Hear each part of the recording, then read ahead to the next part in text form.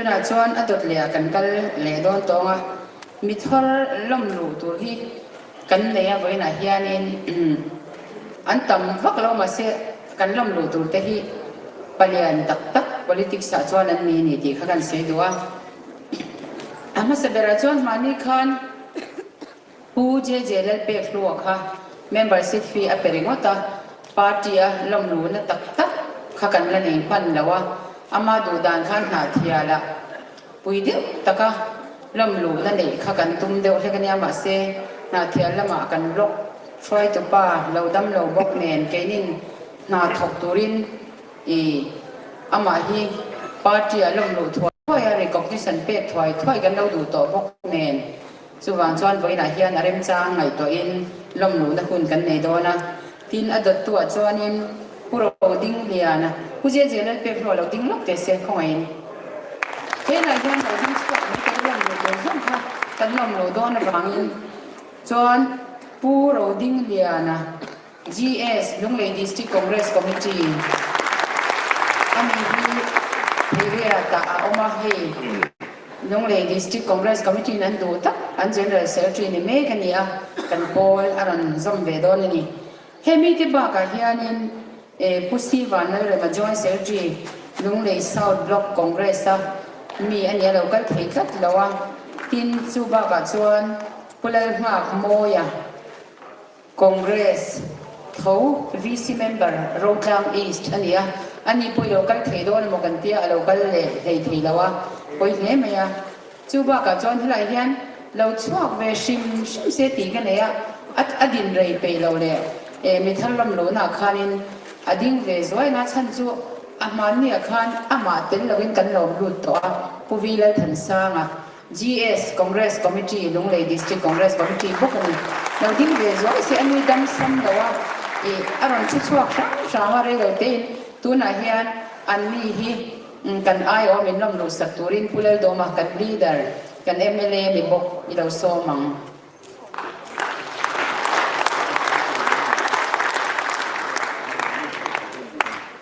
le du chairman le to pui du tak te eni tinin pathian mal so la kan donga tho pui du tra pe belin kanom sela ni zana se songa ni zali le so panga kan ron lom lu ta kan ron zan ta na kale tho chalon tu ra yan headquarters sa congress lam matanga roi tu poi mo tak tak lom lu le kan be sei me ka elai a hei o tu thade deng mai kan han nei le hi alo mom tak se ta sarkar kalpung thar pui sarkar apian nge na tura thei to min chwa pui tu tura tan lom takin kan lom lu ta ni tien nam sibai kan bu lamange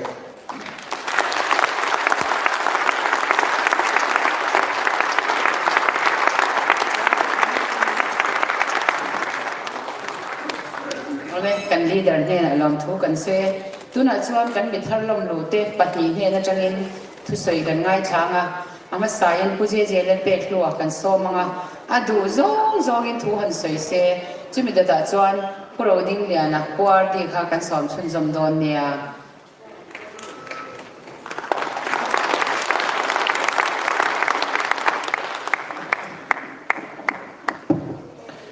Chairman mai Evinia kan headquarter lang foi tu te lam local khom song te le poi mo tak tak local khom te tim vin helai ho helai mang tu local khom song te ma sai pathian mingin chibai ka bu du chewa helai ka lo ding chuak khi tenjon mak po kan lo ti mai theya amaro chu ki hi khel chi ka nia in khenin kom chara upsam ti le pasari tang khan pathian foina zara tun din hum te kan theng chho ve theya chuan ka om chho he mi kom chung yan football ko khel te ra tang khan pathian ne nai ke hlan top 3 na kamalam hun hi sam som thum pasari changa ei hi ke ma thu pui ke mai nga na ni thina yom dan tur chu lalpa chunga matla ama churing la ama na ti ve kam ti hi ka I na ni thina football pathian zara te kan khel chho dia team khen ka khel chho ve a chumin nuwa chon har satna ka tok lok me ka khu pa hian chuan ka en kola hun reiluk tuk khana chumin ka khela pathian ka din na sa ama ro chu lo tin na te I mi mal choi moi na klap lama ni se tiang khamin dom ti trawa tin ke chu ka thil du hi pathian ne na hian ka thlen top zela a hlo tin na po hi pathian hen voi tam hi min pu tira voi ni thleng pon ka tong trai ni chan non thina chon ke chu pathian ne na hen ka in da top zela tin ke khel chung po hian in kamalam hum tu ke khel zo ka kal zel dang du thleng hian pathian ne na ke kol tir thina amaro chu khup kha kum sang hi le som pania katina a chu ta chuanin ka be donga pathian po ha nor na sa a I min dam tir le ro ti hang ka tong trai thina chuan ka dam chhowa dam chiang lo khan hun rei ta ka khela amaro chu ka mi chunga khain china ka soyam khan club lama le mi bala choi moi na ka don zong zong hi ka khup pati la nuwa ka don vekania chu tiang chu ni mar chu kan khel chho kha khate khup ka mangrei tal duk kha I ka khup kha to lama kha chuanin khel that thei lo kha non to chuan kum sang mi le som pakwa khan ka khup chu ka zai tir ta kan zai zo kha dam chiang thei si lo training na mun tha tha India rama ka kala corona India rama doctor than soi te chu ka rom deu vekka amar chu ma som thei si lawa pathian hian nge ka ta na hian dang o ko malam hun ta na hian ti ka ril ruwa oma amaro chu chu min nuwa chuanin kan tum le shrim anga ti khan I East Bengal khan ka join ve le a khami ka join malo khanin Italia khovela doctor thiaman soi an pantrin English Premier League khel player te khovel player tha an soi zong zong in an pantrin doctor kha ka zurona thakhat chuang ka zuma chu ka zukrona chung nuwa chuanin physiotherapist kha ain kol tu tur bi khan oma chu kulaya club lian tak AS Roma an physio train kha ni kum som thum le panga chuang AS Roma an physio kha ni ya chuanin kan shria Brazil player ka fu ti te Roberto Baggio te Totti te player football khede chong kan shemei thei khatiang hau anin hi ama en kol tu pa khania alar e makula ya po kan zupana thakhat vel don ka zuma chong karon hole ya amar chu ka be se yang khan thil kha kal thei lawa dam lama pan thei si lo training kan te avung le zela ka khupi chuan East Bengal a chong ka zu chuka pathian ne na ka thena ka chu to panga adam lo le ni chuan ka contract zong zong hi ka cancel anga ka ho ang ti khan thu ka da amar chu kan chu ka ti khan training te kan han chana mar chu ti mo hang ka tin ta theya chon season khat chu East Bengal hang ka zu kom ve le ya chuan kan lo ho a helai de training te kan te thei to pin ka tia amaro chu ko khup lam khan dam lama pan thei lo wang khan har sak ti lu tukin ka te no pakte ka lo ni vela ya ka lo dream team professional footballer ni kha she le har sak tak chungin kapuang ta chau sam thu ka thian then khat te pe chun thin ri manga tingei vati ma ve men tia amaro chu ke ma hi pathian hian min hriat tir ning ka hria ka ta na hun tok to ati ning ka hria ka soyang kan tong trai na ti ka dila ka thlen thina chu tiang te chu nia tin tuna te po tiang kan kal chho tong trai na ka thlena ka malam hun ta na hian in enge ka tan thang in kong hinge zoila thang ti ka thlen thina mar choi voinia ko ta itma karon dinga karon din chan te poi hre ka kan ram hi ka ve ni mun sang kan sin chuaka khovel mun sang ate abekin India rama state ro pui tak takale ke mani state el pui sang ta po kan sin chuak ve thin chu ti nga po chuan roll o hi na em zela abekin rampo na kanan oma kan ram din mun te kan hria chan chin sang kan ngai tha thin chu ti chuan ram ve nei ke mai be ve na sa thina tin kan rama kan hria ang atam zo ke kut na thok tu kan ni tinin abikin soila kum summa chung lampang ni chuak chiara lo tho kan la tam lu tu atam zo kan ni amaro chu chu ti la kan thora hi kan muem kan tho ha man tal mu pha hi kan ni em ti hi kan in chu ta ngai ka sia henga po hian in ave ong viewing ka sia ke ma hi galo na ve thina kan kut na thok tu ti me ni ti ni chuak chiara local thin te hian an tho ha man tal hi chu mu ve se ti te hi ka ve e be ma tin mani phak to ka tam lo ma se la mi har sa ve te te le achan hai jok te ta na an pen chu hi kan nuam ti zo ngani ya hetiang ko ate hianin du khop lo hi na sa thei khop me ke ma ni ti ma yang lockdown ma khan ke ma pual ping ang dem khan je 12 charity kha kan han dina chuan khalaya khan ni mi sang fan nge charity ti ve du te khan ke ma ni kal tlangin anwam ti thina chuta chuan in dur tanga BSUP chi ma mi har sa ti ma yang khatiang hau te ka tan puina te kan ne ti khan chun covid lockdown lai te long ni ya mi har sa ve te bikin thing tang lam kan thu na sa i khati khan kan pe chuak thin ve a khatiang khan mi har sat ji te kha ama ka lo hriat ai khan kan lo har sa zo ka kho pui ringot ta te le mi har sa lo kan thian kom chin te ti ma yang khatiang chin ba ka kan lo kal ngai lo ama ro chu covid kan an thleng chho chia ni khat po na thok lo ma ngei tu khan lo tam lu tu kan rama hian khatiang te khan ril ru hi ti na ve a khatiang te nen khan ke ma hi na sak takin min kalti malam min pan du na min nei tir ning ka sia tun duma helaya thotuk na ka siam don pon har sa ka tia tin kan rama chong kan shema politics din hun kan revek to kan kal dan te tu ma hian ma ni fa te chung te ma ni khela po kan du lo tun thleng po dal ni amaro chu pathian corona pathian hian ka ta na ke ma ta tu min dang ka ta na min pun min ruat lo chong min shroi lo ti hi ka thu du na nia ta chon chung kwa te nen po kan han in ro na i atopa chuan hei tun din min kan theng ani ya i ke ma na karil ro om pera chuan mi har sa jok le chan hai te ta na an ma din thei ve hi ka chak thina chu tiang tu chuan e ke ma poi chu tiang te po chuan min nor kal ve ning ka hria tin tam tak chuan in thu ro ning pe tu soi se na te chir the na te tam do na ti lo zok la ka va du ve min tu na pathian za ra in min te lo tha e in ti kho the re zo ve kang min ti ni ama ro chu kan ram hi ma ni na te ma ni ming te ming that ve na te chan huwa min kan ti ngai don ka hria a bikin thalai lama chu wang chuan in ka lo soi mai thina e kan ram ta na ka ming alo kan ram ta na ka ti ve thei na tura hian ka ming that na te po mi na min mu that lo pha na tura ni ai chuan ka ram tan chuan du le min mu thalo mai ro se ama ro chu ka ram ta na ka ti ve thei to ka ni tin thuk na po ka siama tin ka du ber chu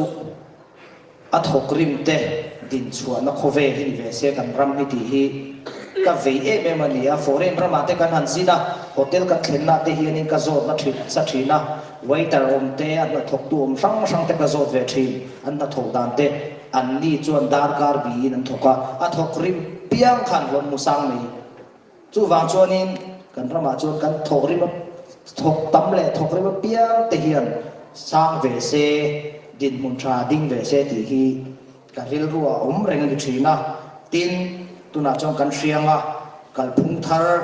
kan ti don to a hemi tu hian ke ma ni hi kan in pem ti hi in zot long thau ya ti ka duwa kal phung thar kan kal to do na ni ya ram luizia kan ti meng mo khatiang kha kan san ngam tu ring ke ma ni po kan lo in kan ril ru po kan lo da ngai to in ka hria tin tun bin mo na poi mo per ni ka hriat chu kan ramina amamo per ni ke ma na ka lo hriat ve chu dik na tran ngam hi an mo in ka hria tin voinia po he counselor than thar te helaya kan oma oi mo ve per ni ka hriat chu dik na hi lo tran ngam zero ti hi ka cha ve du chau ni a tin ka ngai poi mo per ke ma kai nga na ka ti thina sum tam tak ain ming thati than zok turani ti hi ka da ke mana ka nu na ka da poi mo ve thin ka thu von ve thira ni ya ni kum khan Kolkata trangin he thu hi voi khat interview na khan zok chuak to ka soi du ai me lo ni ma ro chu nge ma ni soya te ngai sak lo la nakina lo dat lo mang ve ula ti kha ka du ni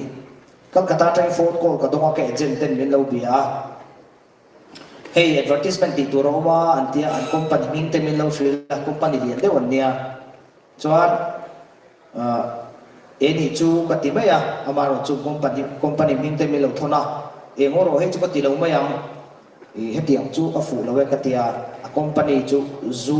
zu brand khan ya zu ming hei zu company ming lian lu tu ka sei chon shredo na chu tiang chu ni amaro chu zu chau kha an ti lawa thil sang sanga an ma ni company khan an ti ni chuan kan rama chuan in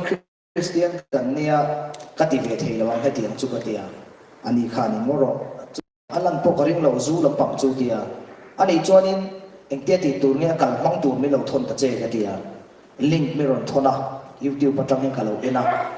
ka en kha chuan in engma zulam na kha om be lo e thathi a ka tia chuan atu ka ticket te me no book fela ka zu thok tha kal kata ta chuan atu kha kan sut tur khania ruma ka kalan ti tu mun an lo set up vek engkim kha chuan ka va thlenga ka va thlen kha ni shooting kha kan tran do na kan han ti dong khan ka do kan ma yen zu to lien pui han lo da engoro ha bilang chang ka du lo we ka tia chuan an ni khan lang tam don lo lang lawang ate ti ra kan nial hepa mar chu helai ron thing to ti sim photilan tia ke jen to khanan ti phot la chuan soi tha don nian tia chuan ti chuan kan han tia shooting te ka kan tia kan han zo fela chuan editing lam kha kan lo ti phot an tia chuan mizoram akaron ho a kan ti manakha kan a video an edit ma ti chu ma khan poisa te po kha ke ka na transfer veka chuta chuanin an company an alian ka ti kha sum claim tak kha chu ni bi kalawa chuan aron lu ta ka na khan ni nuwa ke ma ni shoot advertisement kha meron thon ta video kha chuan kalau ena a tha ka ti video mar chu to pa khan ti zu kan dom lai kha lo lama oro mit lam chu ko thei la we ka tia chuan ngoro kan edit thale nge on tia an edit le an edit zo meron thon le chuan kalau ena ke kha no ala lang tam ka tia atira phika chuanin an thin rim de khulai agent te kha company lian an nia ming lian to ni hetinga thukluk nai siam to ti dang lam mi thei to lo I chunga case kan file don ni an tia chuan en ti dan dan ni ro se ka tia ke chu kalau tel lo mai ang kalau nam mai lo mai ang he mi ya chuan sum chu kalau thon le de me chewong ka tia chuan an thin khari mang ren khop mai anu thlengin case and file chu ka chuang lo amar chu ke gentleman kha chuanin an lawin ti deuh viau niang chuan poisa chu ka transfer le ta pathian zara tu thleng hian harsana dang chu ka tong lo amar chu ke ma hi thutluk na ka sia ma hang ka him veng tu thleng ka ngai tu chang po hian kala lo mani ke ma hi chu ka soi ve du chu nakina po kan kal chau na tu ra po niang khatiang ai tam lien khain na to na chang om don chu tiang a po chuan min thaki thang zel ro ti kha ka soi ve du lia ke po ke ba kom changa khuma ko ma kai ngai tu ka lo ma deu chu khatiang ang chi sang thlem na ka lo ton ve kap kal san zel hi min tilong tu le ke ma inge confidence kan tin yang chu mo ma ni in rin tok na min pe tu chu khatiang thil ther lo te sang ang chi sum le pai zong pun niang khatiang om changa har sa ti chang om de ma thin se ma ro chu huai sen taka pathian rin chan chunga ka kal san zel kha tun din na hian pathian zara lim tak le dom ti takin kalom ve zel ani ti kha kan soi duwa to bera chuanin sum tam tak ain bing that khalo thang zo zel ro ti ka cha duwa tin voinia helaya councilor thar thatak tak te in kal le zel la tura du sak ka sang ber han chungi với nhiều là có dòng dốc cái giờ vai chung ạ cái lối mẹ